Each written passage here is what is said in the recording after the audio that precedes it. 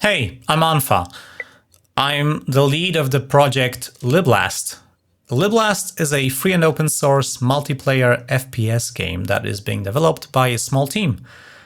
We are working on the Godot 4 engine, which is not stable yet, and we use exclusively free and open source tools. Many of us also run Linux, me included. 2 days ago, we've had a public playtesting session of the version 0.1.1.2, and we've seen a problem. The performance was terrible. That was mainly because I've added a rocket launcher to the game, this thing. And when everybody started shooting rockets all around the place, the frames per second for everyone just dived right down. So today I've done a lot of things to correct that, to fix this problem. One of these things is I've reduced the amount of particles that the rocket launcher produces. So there's less smoke, the explosions are less dense, there's less of these flaming trails or particles, and less smoke that they leave. I've also disabled dynamic shadows for the lights for the rocket and explosion. You can see that the explosion lights up the back of that, and like when I shoot it here, it lights up all of these surfaces as well. And that saves us a little of GPU time and memory rendering these shadows. Maybe I've also reduced the radius of these lights, but I probably should do that even more. What else? You can't shoot the rocket launcher as fast now, because before you could shoot it as fast as the handgun, and that produced a lot of rockets, as you can imagine. So now you can shoot it like much, much slower. So that also reduces the amount of possible rocket spamming. Another thing is I've reduced the resolution of the textures from 4K to 1K, which is probably more than enough. Still, I've also reduced the resolution of dynamic shadows and reduced the quality of the dynamic shadows. By the way, the reflection probes here are broken, but that is unfortunately something that Godot does. I've also reduced the resolution of the reflections, so they should be a bit more blurry. Maybe they are not blurry enough. If so, I'm going to reduce this resolution even more.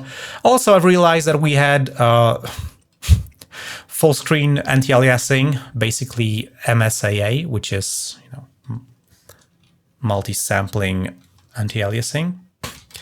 And that means now we have jagged edges, proper jagged edges. That's a new feature. Yes. So there's going to be an option to turn on anti-aliasing if your machine can handle that, but for now, let's keep it disabled. What is more, I've disabled a full screen roughness limiter, which prevents these like little shimmering things from happening when you have normal maps, or maybe these are just artifacts of large. I think these are that. Yeah, so the roughness limiter prevents these small, tiny specks, like blinking specks of light to appear on textures that are glossy and have normal maps. Yeah, I think that's all.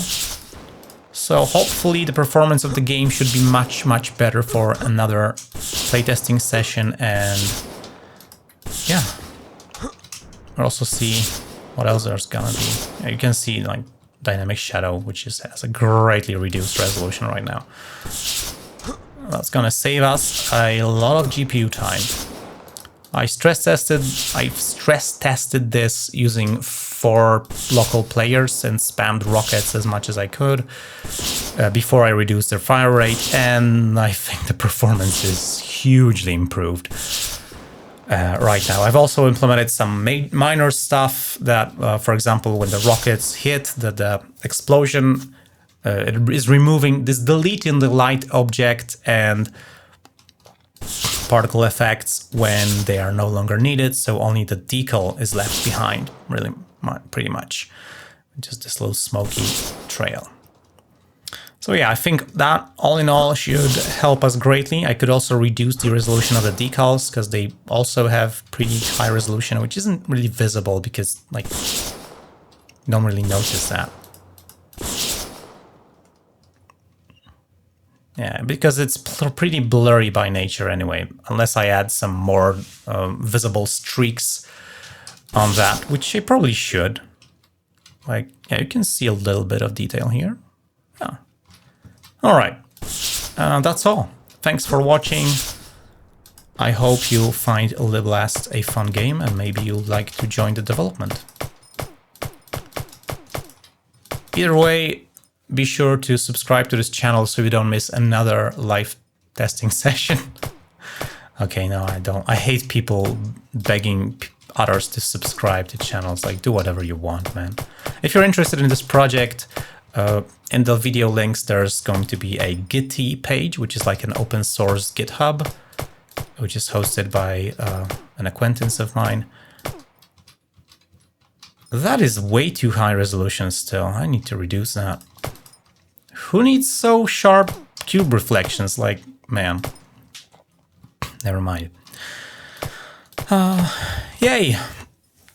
And on this YouTube channel, you'll probably see some also development live streams from another team member starting soon. We'll see how that goes. And yes, thanks for watching. I'll see you later. Bye.